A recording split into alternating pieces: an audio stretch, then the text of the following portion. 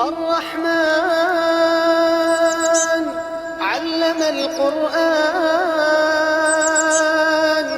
خلق الإنسان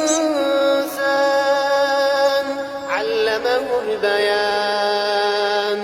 الشمس والقمر بحسبان والنجم والشجر يسجدان والسماء رفعها ووضع الميزان ألا تطغوا في الميزان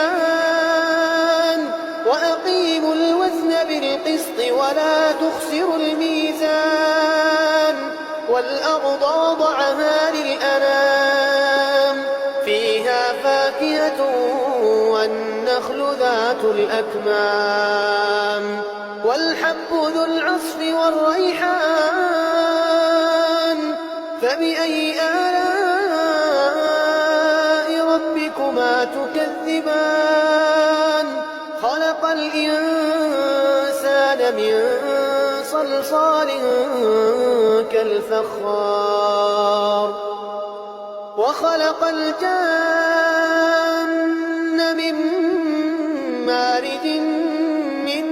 نار فبأي آلاء ربكما تكذبان رب المشرقين ورب المغربين فبأي آلاء ربكما تكذبان مرج البحرين يلتقيان بينهما برزخ لا يبغيان فبأي آلاء ربكما تكذبان